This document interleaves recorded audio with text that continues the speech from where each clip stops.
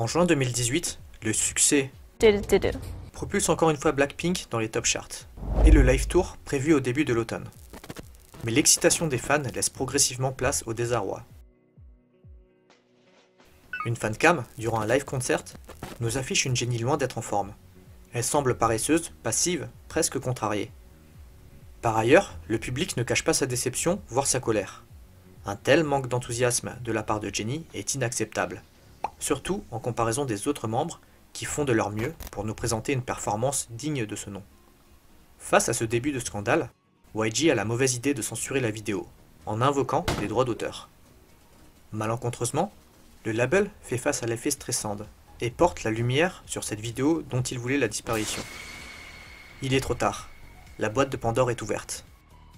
Elle fait la part belle à d'autres accusations sur Jennie. Un des griefs portés sur l'idole serait le fait qu'elle soit privilégiée au regard des autres membres. Les raisons apportées sont nombreuses, mais le public en retient 3 majeures. Selon l'opinion publique, premièrement, Jennie serait la seule à bénéficier d'une ligne vestimentaire la mettant en valeur. Les autres membres de Blackpink seraient systématiquement dépréciés. Jisoo, Lisa et Rosé porteraient des tenues sobres, à la différence de Jennie, valorisées. Deuxièmement, du fait de son long parcours en tant que trainee, beaucoup pensent qu'elle serait la protégée du label. 6 ans en tant que trainee, c'est long. C'est ce favoritisme qui lui aurait notamment permis de participer à des MV sans avoir fait ses débuts.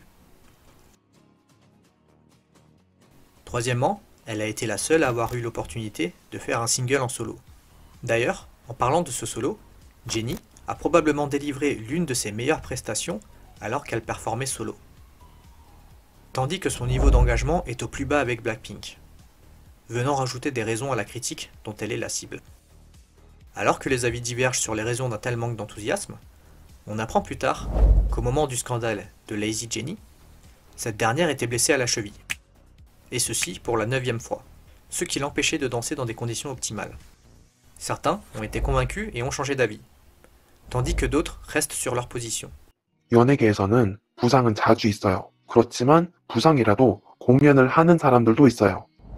Ce commentaire pouvant faire écho à Soyu, des Sistars, qui a su cacher une blessure somme toute plus grave. Plus récemment, lors de l'enregistrement du MV How You Like That et lors des divers lives, Jennie était encore blessée. Et pourtant, encore une fois, ses performances étaient incroyables.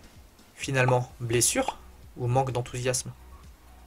D'autres théories émergent, comme celle de la motion sickness, soit le fait d'avoir des sensations de malaise sur scène, ou encore une forme de dépression / burn-out passager. Personnellement, j'ai une théorie qui semble tenir la route. Ce scandale est arrivé un peu avant sa rupture officielle avec Kai.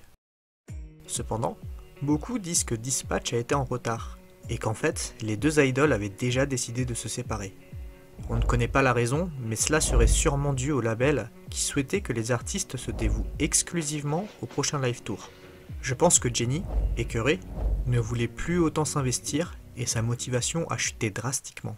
C'est probable que sa déception amoureuse soit à l'origine de cette rébellion, comme pour s'élever contre les directives et les injonctions du label concernant sa vie privée. 블링크라서 제가 좋다고 말해주는 거죠. 다른 사람들은 그렇게 생각 안 해요. 블링크가 보는 저랑 세상이 보는 저는 다를 수 있죠.